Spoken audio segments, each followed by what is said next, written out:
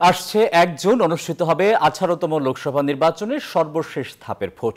এদিন দেশটির ৮টি রাজ্যে ৫৭টি আসনে হবে ভোট গ্রহণ। এই ধাপে ভাগ্য পরীক্ষা হবে খোদ প্রধানমন্ত্রী নরেন্দ্র মোদীর। তাই তো সবার নজর এখন উত্তরপ্রদেশের বারাণসী আসনের দিকেই। ভোটের আগে দুদিনের ধ্যানে বসতে যাচ্ছেন নরেন্দ্র মোদী। তবে তৃণমূল নেত্রী মমতা বলেন, মোদীর প্রধানমন্ত্রিত্বের মেয়াদ আর মাত্র ৭-৮ দিন। আগামী ১ জুন ভারতের লোকসভার সর্বশেষ ধাপ অর্থাৎ সপ্তম ধাপের ভোট অনুষ্ঠিত হবে। এই ধাপে উত্তরপ্রদেশের হেভিয়াট কেন্দ্র বারাণসী, কেননা এখান থেকে প্রতিদ্বন্দ্বিতা করছেন প্রধানমন্ত্রী নরেন্দ্র মোদী।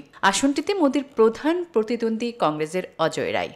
ভোটের আগে ৩০ মে প্রচারণা শেষ হলে ধ্যানে বসবেন ভারতের প্রধানমন্ত্রী নরেন্দ্র মোদী। তামিলনাড়ুর কন্যাকুমারীতে দুদিন ধ্যানমগ্ন হবেন তিনি।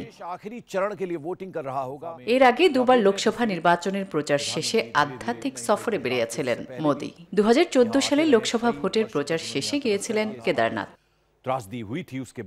পশ্চিমবঙ্গের মুখ্যমন্ত্রী আবারও ভারতের সরকার প্রধানকে কটাক্ষ করেছেন। বলেন, নরেন্দ্র মোদী আর ক্ষমতায় ফিরবেন না, তাকে আর হয়তো সপ্তাহ খানেক প্রধানমন্ত্রী বলতে পারবে সবাই। মঙ্গলবার রাজ্যের বেহালায় এক নির্বাচনী সভায় এমন মন্তব্য করেন তৃণমূল নেত্রী। ভারতের ৮টি রাজ্যে ৫৭টি আসনে ভোট হবে শেষ ধাপে। বিহারের ৮টি, হিমাচল প্রদেশের ৪টি, ঝাড়খণ্ডের ৩টি, উড়িষ্যার ৬টি, পাঞ্জাবের ১৩টি, উত্তরপ্রদেশের ১৩টি এবং পশ্চিমবঙ্গের ৯টি আসনে শেষ ধাপে ভোট অনুষ্ঠিত হবে। ওয়ালটন ফ্রিজ কিনে অনেকের মতো আপনিও হয়ে যেতে পারেন মিলেনিয়াল। সেরা পণ্যের সেরা অফার।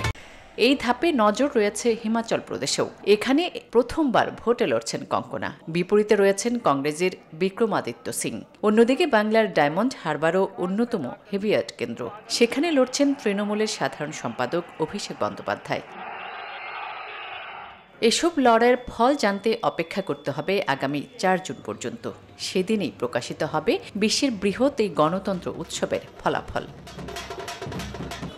আসমা তুলি, নিউজ 24।